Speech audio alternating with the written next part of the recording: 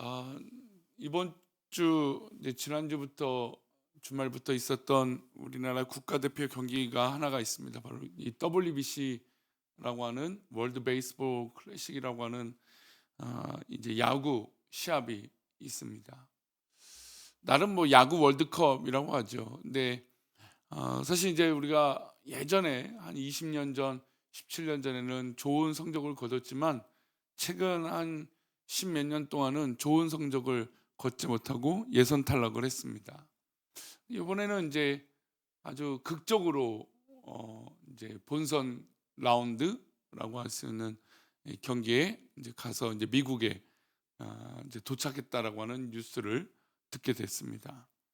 근데 이제 이 최근에 왜 이게 뉴스가 되고 그랬냐면, 사실 우리나라가 그 이 본선 라운드라고 하는 이 8강에 들어갈 확률이 높지 못했어요. 그래서 이제 대부분 확률적으로 따진다 보면 이 마지막 경기를 이기더라도 떨어질 가능성이 굉장히 높다, 이제 그렇게 비관적인 시선들이 있었습니다. 그런데 이제 마지막 경기 호주와 하는 경기를 딱 그 해야 될 점수차, 그러니까 이 본선에 올라갈 수 있는 딱 그 점수차. 그러니까 축구는 뭐 1대 0, 2대 0, 3대 0, 많이 나야 3대 0, 뭐 4대 0이잖아요. 근데 야구는 보통 뭐 점수가 조금 많이 나기도 하고 뭐 실점도, 그러니까 점수를 많이 잃기도 하는데 5점 차 그리고 한다라는 게, 뭐 또 예를 들어서 최대 점수를 잃어야 되는 게 2점만 내 실점해야 된다는 게 쉬운 일은 아닌데, 그것을 딱 그 점수대로 정말 말 그대로 극적이고 기적 같은 일로 이제 야구 본선 라운드에 올라갔다는 뉴스였죠. 그래서 많은 사람들이 기뻐합니다. 근데 이게 왜 또 기뻐했냐면, 이제 계속 이제 비관적이었어요. 뭐 대만한테도 지고 타이완한테도 지고 뭐이 일본에도 아깝게 지고, 그러니까 뭐 계속 진 거였죠. 근데 이제 마지막에 이기는데 이제 그게 극적으로 이 점수 차를 이기게 돼서 이제 본선에 올라가게 된 겁니다. 그러니까 마지막에 된 거죠. 소위 이제 역전승 같은 느낌이 들어서 아마 사람들이 더 기뻐했다라는 겁니다. 우리 신앙에도 어, 어떤 위기가 있고 어려움이 있고 어떤 과정이 있겠죠. 근데 이 마지막에 내가 뭘 어떻게 하느냐에 따라서 마치 역전승을 얻는 정말 기쁨이 있는 것처럼 내가 우리의 신앙의 삶 가운데 딱 할 수 있는 것들이 있다는 거죠. 오늘 본문의 이 배경은 바로 가나 혼인 잔치입니다. 우리가 잘 알다시피 이 잔치에 뭐가 떨어졌습니까? 포도주가 떨어진 사건이죠. 그러나 예수님은 아직 때가 되지 아니하셔서 기적을 베푸시거나 어떤 이 개입을 하시지 않는 시점이었습니다. 근데 이 가나안 잔치의 모습을 보면 예수님이 기적을 베푸실 수밖에 없는 그런 모습이 생기게 돼서, 그래서 우리가 잘 알다시피 이 가나안 혼인 잔치가 사람들이 너무너무 모든 사람들이 기뻐하는 그런 잔치가 되었죠.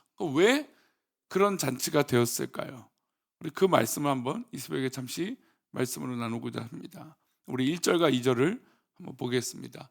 사흘째 되던 날 갈릴리 가나에 혼례가 있어 예수의 어머니도 거기 계시고 예수와 그 제자들도 혼례의 청함을 받았더니, 사흘째 되던 날이라고 했습니다.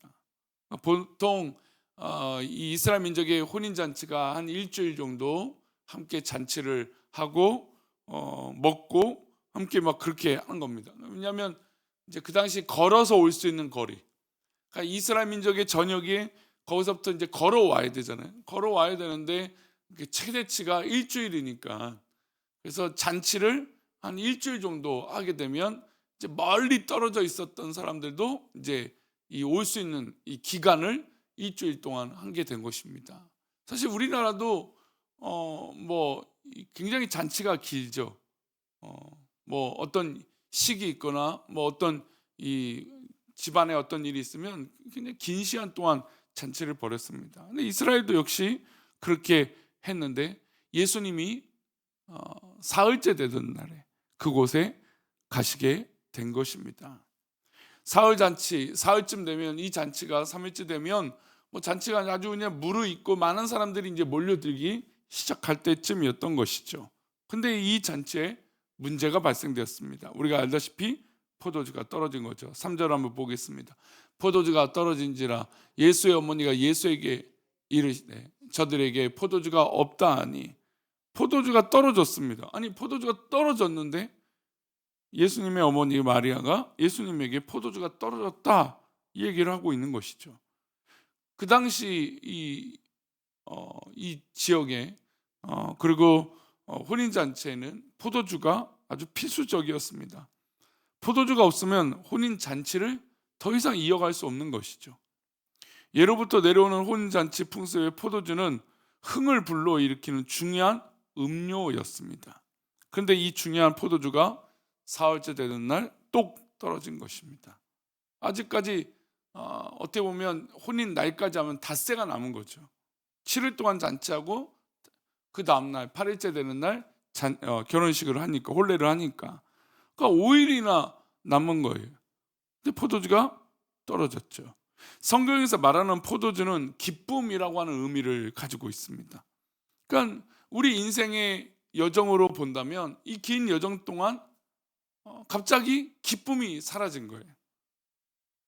이제 막 혼례를 준비하고 잔치를 벌이고 예를 들어서 뭐 취업을 하고 뭐 어떤 일들을 이룬다 막 하려고 합니다. 그런데 마치 이 포도주가 떨어진 것처럼 우리 인생의 기쁨이 딱 떨어진 거죠. 뭐 취업을 한다고 했을 때, 요즘 뭐 취업이 어렵다 하지만 취업이 한다 하면 여러분 그 기쁨이 얼마나 되겠습니까? 막상 이제 일을 시작한다면 사실 취업했다는 기쁨보다 일해야 되는 어려움이 훨씬 더 클 거예요. 근데 어쨌든 이 기쁨으로 어떤 일들을 이뤄내는데 그 기쁨이 딱 떨어진 거예요. 그러면 어려운 일이 생기면 어떻습니까? 그것을 견디기가 쉬울까요? 어렵겠죠. 그래서 포도주가 기쁨이라고 하는 뜻은 우리 인생에 살다 보면 기쁨이 딱 떨어질 때가 있다는 거예요. 은혜가 떨어지고 내 삶의 어떤 그런 목표가 떨어지고 마치 포도주가 잔치에서 떨어진 것처럼 실망과 절망 가운데 뭐 그런 처지에 있을 그런 기쁨이 떨어지는 순간이 있다는 것이죠. 그런데 이 공간에 누가 계신다는 겁니까? 예수님이 계신다는 게 중요한 거예요. 마리아가 예수님이 이제 본격적인 사역을 하시기 전이니까 예수님이 어떤 능력인지 얼마만큼 하실 수 있는지 그걸 알 수 없었을 거예요. 그런데 예수님께 이곳에 포도주가 떨어졌다, 그 이야기를 하고 있습니다. 이것은 굉장히 중요해요. 기쁨이 떨어졌던, 포도주가 떨어졌던 그 순간에 누구한테 아뢰는 것일까요?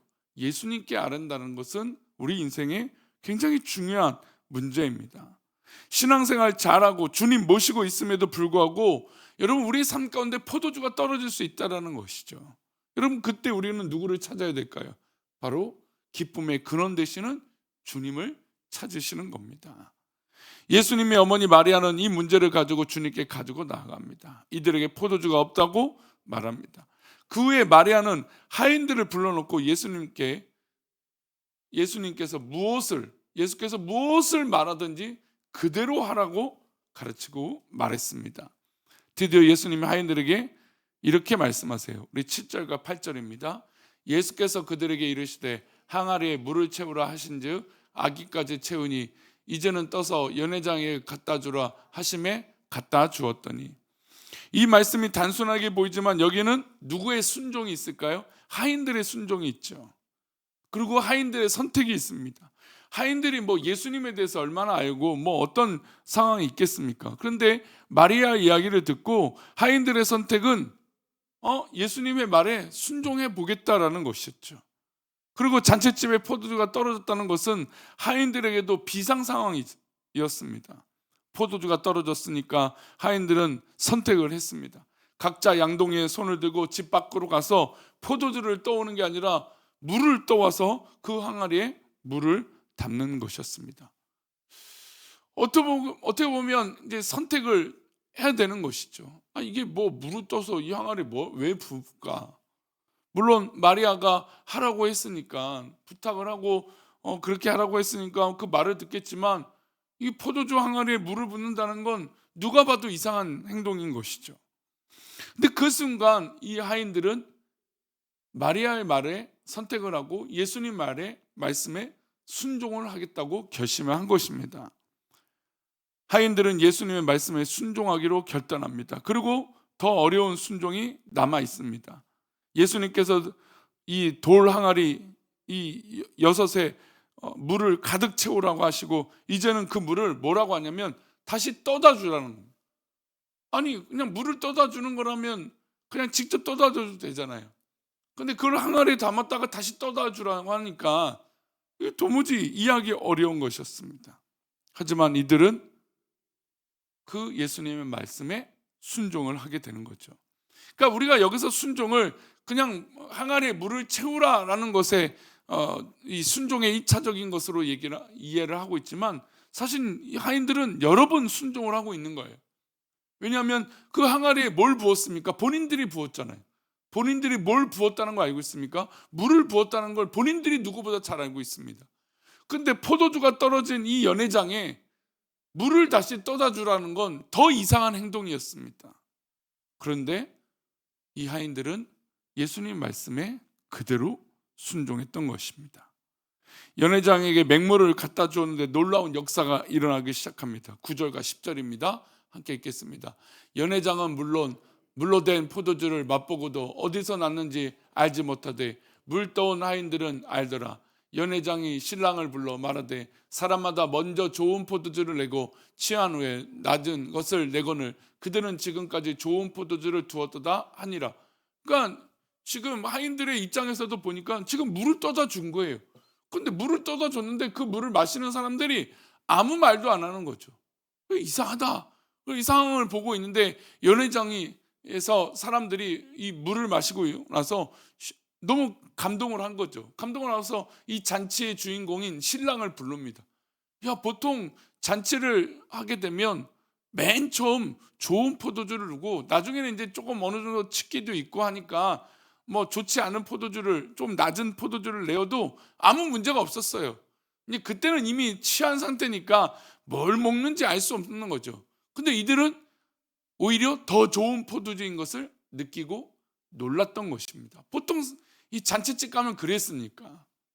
그래서 신랑을 불러놓고 어떻게 나중에 더 좋은 것을 갖다 주느냐, 이렇게 칭찬을 했던 것입니다. 여러분, 이렇게 된 이유가 있어요. 왜 이런 역사가 일어나고 왜 이런 기적이 일어났습니까? 바로 하인들의 순종이 있었기 때문에 가능한 것입니다. 우리의 신앙의 삶에 여러분, 똑하고 떨어지는 기쁨이 없어질 때가 있어요. 어려움이 있고 걱정이 있고 고민이 있고 생각이 많고 잠을 이루지 못하고 여러 가지 상황들 가운데 있어요. 여러분, 그때 우리가 할 수 있는 선택은 다른 게 아니라 주님의 말씀에 순종하는 것이에요. 이 하인들에게 지금 해야 될 가장 중요한 순종을 했더니 여러분, 이런 기적이 일어난 것이죠. 우리 가운데 지금 필요한 것은 다른 것이 아니라 바로 주님의 말씀에 순종하는 것입니다. 이 순종을 한다면 여러분, 날이 갈수록 오히려 행복함이, 또 그 기쁨이 찾아오게 될 것입니다. 마치 이 연회장에 더 좋은 포도주가 더 늦게 나타난 것처럼 이전보다 앞으로 일어날 모든 일들이 그 순종 가운데 더 큰 기쁨으로 열매를 맺는 저와 여러분 되실 줄 믿습니다. 기도하겠습니다. 하나님 아버지, 이전보다 더 큰 기쁨과 감사함과 즐거움이, 기쁨이 하나님 우리가 믿음의 순종을 할 때 일어나게 될 줄 믿습니다. 오늘도 주님의 말씀을 붙들고 순종하며 주님의 역사하심을 믿고 순종하는 우리들이 되어 지게 하여 주옵소서. 오늘 하루도 우리 가운데 혹시나 포도주가 떨어지는, 그래서 기쁨이 떨어진 그런 상황이 있거든, 오히려 주님 말씀에 순종하여 열매를 맺고 기적을 경험하게 하여 주옵소서. 주께서 더 좋은 기쁨을 준비하고 계실 것을 믿고 그렇게 나아가게 하여 주옵소서.